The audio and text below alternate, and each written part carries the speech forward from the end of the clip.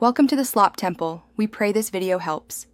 You begin by confirming your account region matches the PUBG region to avoid forced restrictions. Once done, toggle airplane mode for 5 to 10 seconds, then reconnect. This forces a new IP allocation.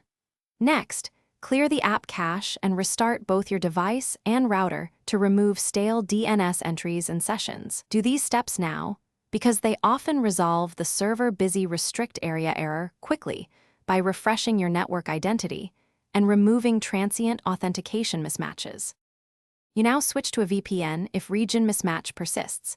Pick a stable, low-latency server inside an allowed country. Make sure to enable the VPN before launching PUBG. Launching first can bind the client to the wrong IP. Prefer UDP or WireGuard protocols for better speed and minimal packet loss. Once connected, test your ping and ensure it stays under about 150 milliseconds. If the launcher still shows the wrong region, close the game, disconnect and reconnect the VPN, then relaunch immediately. You finish by verifying or reinstalling the game if prior steps fail. Corrupted files can trigger the restrict area message.